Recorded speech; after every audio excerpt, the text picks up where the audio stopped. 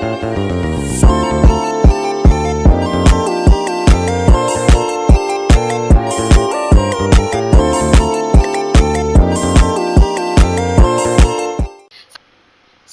Kerajaan Samudra Pasai. Kerajaan Samudra Pasai terletak di Aceh dan merupakan kerajaan Islam pertama di Indonesia. Kerajaan ini didirikan oleh Mauru Silu pada tahun 1267 Masehi. Bukti-bukti arkeologi keberadaan kerajaan ini adalah ditemukannya makam-makam Raja Pasai di Aceh Utara. Makam ini terletak di Kampung Giodong, dekat reruntuhan bangunan pusat Kerajaan Pasai, sekitar 700 km sebelah timur. Di antara makam raja-raja tersebut terdapat nama Sultan Malik Al-Saheh. Raja pertama Malik Al-Saheh adalah nama baru Malik Silu setelah dia masuk Islam dan merupakan Sultan Islam pertama di Indonesia, berkuasa lebih kurang 28 tahun dari 1297 Masehi sampai 1326 Masehi. Kerajaan Samudra Pasai merupakan gabungan dari Kerajaan Pasai dan Priok dengan raja pertamanya adalah Sultan Malik Al-Saheh. Pemerintahan Kerajaan Samudra Pasai. Pemimpin tertinggi kerajaan berada di tangan sultan yang biasanya memerintah secara turun-temurun. Di samping terdapat seorang sultan sebagai pemimpin kerajaan. Terdapat pula beberapa jabatan lain seperti menteri besar, perdana menteri atau orang kaya besar, seorang bendahara, seorang komandan militer atau panglima angkatan laut yang lebih dikenal dengan gelar Laksamana, seorang sekretaris kerajaan, seorang kepala mahkamah agama yang dinamakan Kodi, dan beberapa orang syah bandar yang mengepalai dan mengawasi pedagang-pedagang asing di kota-kota pelabuhan yang berada di bawah pengaruh kerajaan itu. Biasanya para syah bandar ini juga menjabat sebagai penghubung antara sultan dan pedagang-pedagang asing. Selain itu, menurut catatan M. Yunus Jamil, bahwa pejabat-pejabat kerajaan Islam Samudra Pasai terdiri dari orang-orang alim dan bijaksana. Adapun nama-nama dan jabatan-jabatan mereka adalah sebagai berikut. 1. Sri Kaya Syahid Ghiyasyuddin sebagai Perdana Menteri. 2. Syahid Ali bin Ali Al-Makaroni sebagai Syekhul Islam. Bawa Kayu Ali Hisamuddin Al-Malabari sebagai Menteri Luar Negeri. Kehidupan politik Kerajaan Samudra Pasai. Kerajaan Samudra Pasai yang didirikan oleh Merah Silu bergelar Sultan Malik Al-Saheh sebagai raja pertama yang memerintah tahun 1285 sampai 1297. Pada masa pemerintahannya datang seorang musafir dari Venetia, Italia tahun 1292 yang bernama Marco Polo. Melalui catatan perjalanan Marco Polo maka dapat diketahui bahwa Raja Samudra Pasai bergelar Sultan. Setelah Sultan Malik Al-Saheh wafat, maka pemerintahannya digantikan oleh keturunannya yaitu Sultan Muhammad yang bergelar Sultan Malik Al-Thohir I 1297 sampai 1326.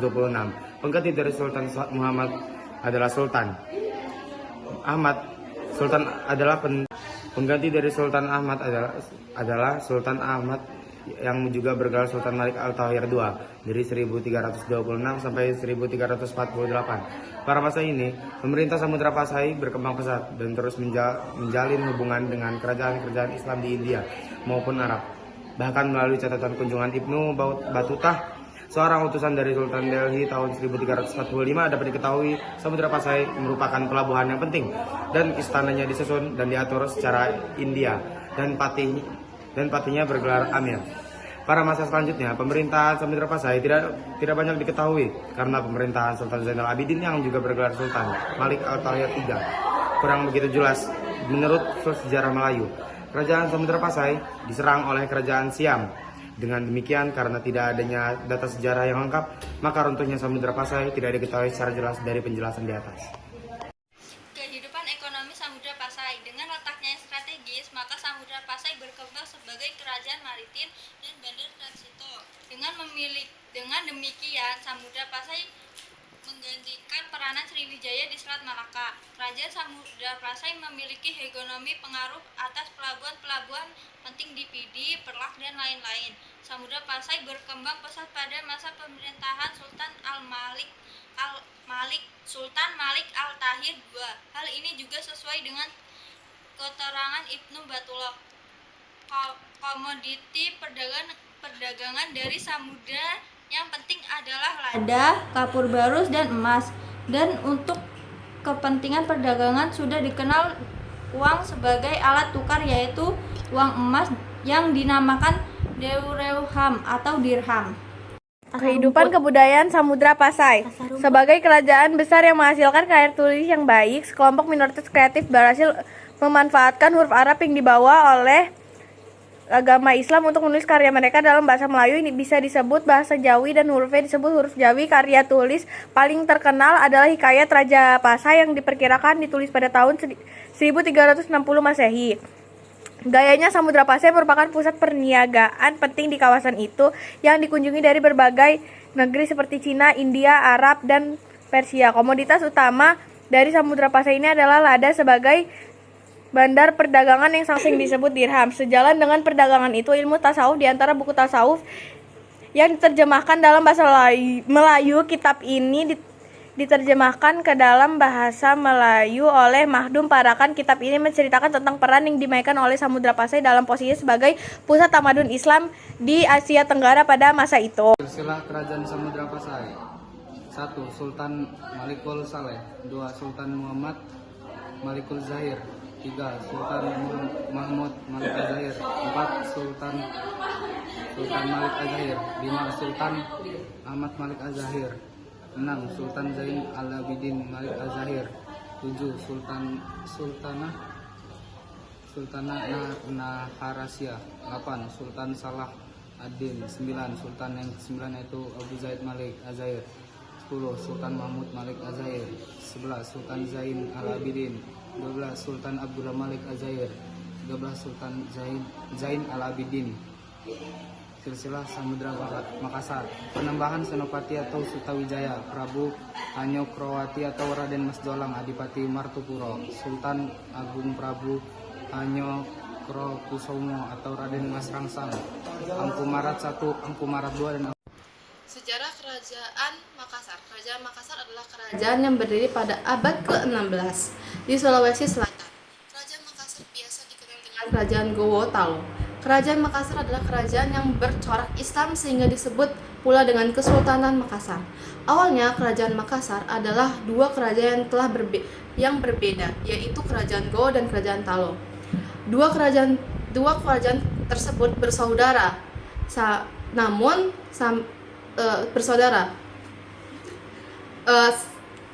mereka bersatu selama bertahun-tahun. Perselisihan ini perlahan-lahan membaik berkat masuknya Islam ke tanah Sulawesi. Islam menyebarkan dengan pesat berkat kedatangan sejumlah tokoh agama Minangkabau. Sejak kedatangannya Islam ke Sulawesi, kemudian kedua kerajaan bersatu di bawah pemimpinan Raja Gowo, yaitu Deyang Manraba. Setelah menganut agama Islam, setelah menganut agama Islam, ia bergelar Sultan Alauddin. Kerajaan Makassar yang merupakan kerajaan maritim dan berkembang sebagai pusat perdagangan di Indonesia dengan nilai agama Islam mulai diperkenalkan pada masyarakat hingga petinggi kerajaan pada tahun 1650. Penguasa Gawon Taulo pun memeluk Islam dan bersatu. Kehidupan politik Kerajaan Makassar. Kerajaan Makassar tumbuh menjadi bandara perdagangan yang ramai pada masa Sultan Alauddin. Hal itu karena wilayahnya yang strategis berada di antara Maluku, Jawa, Kalimantan, dan Malaka. Selain itu, jatuhnya Malaka ke Portugis membuat pertumbuhan itu makin cepat. Sepeninggalan Sultan Alauddin, pada tahun 1639, Kerajaan Makassar dipimpin oleh Sultan Muhammad Said. Ia hanya berkuasa selama 1 tahun. Wafatnya Sultan Muhammad Said membawa anaknya yakni Sultan Hasanuddin menjadi penguasa Kerajaan Makassar. Dicatat dalam buku peristiwa tahun-tahun bersejarah daerah Sulawesi Selatan. Pada tahun 1985, Sultan Maliku Said wafat pada Sultan Maliku Said November 1653. Hasanuddin pun naik tahta sebagai raja baru dan langsung membawa kerajaan mencapai puncak kejayaan termasuk menguasai jalur perdagangan utama di Nusantara namun itu tidak berjalan lama. Kerajaan Makassar yang sedang ada di puncak kejayaannya kedatangan FOC berusaha memonopoli perdagangan dan membujuk agar Makassar tidak menjual beras kepada Portugis. Kehidupan ekonomi Kerajaan Makassar. Kerajaan Makassar berkembang menjadi kerajaan maritim berbasis pada perdagangan. Hasil perekonomian Kerajaan Makassar diperoleh dari hasil pelayaran dan perdagangan. Pelabuhan Sambapu yang selalu ramai dikunjungi oleh kapal-kapal dagang menjadikan pelabuhan ini menjadi pelabuhan transit yang maju. Ramainya pengunjung yang ada juga dikarenakan letaknya yang berada di tengah Maluku, Jawa, Kalimantan, dan Malaka. Apalagi jatuhnya Malaka ke Portugis dan Maluku ke Belanda membuat banyak pedagang yang pindah ke Makassar. Sudah. Itu kehidupan budaya kerajaan budaya. Struktur sosial masyarakat meliputi golongan bangsawan disebut karaeng, rakyat disebut merdeka, dan hamba sahaya disebut atau islamisasi di Sulawesi makin berkembang pesat dengan datangnya beberapa ulama dari Minangkabau yaitu Datu Ribandang, Datu Patimang, Datu Ritrio. Ketiganya merupakan saudara. 3 ulama ini yang membawa pengaruh besar dalam mengislamkan kalangan bangsawan. Kerajaan sebagian besar pengaruh kebudayaan Makassar dipengaruhi oleh perkembangan maritim. Masyarakat Makassar banyak menghasilkan benda-benda budaya yang berkaitan dengan dunia pelayanan, maka terkenal sebagai pusat pembuat kapal. Jenis kapal yang dibuat antara lain adalah pinisi dan lombo. Kerajaan Makassar. Panembahan Senopati atau Sutawijaya, Prabu Hanyokrowarti atau Raden Mas Jolang Adipati Martopuro, Sultan Agung Prabu Hanyokrokusumo atau Raden Mas Rangsang, Angkamarat 1, Amangkarat 2, Amangkurat 3. Dalam Kerajaan Samudra Pasai. Kerajaan Samudra Pasai, makam Raja Lonceng Cakradonya Dirham. Peninggalan Kerajaan Makassar, Lonceng Van des Beets, Kerajaan Islam Gowo Lalo, Istana Bala Lampau.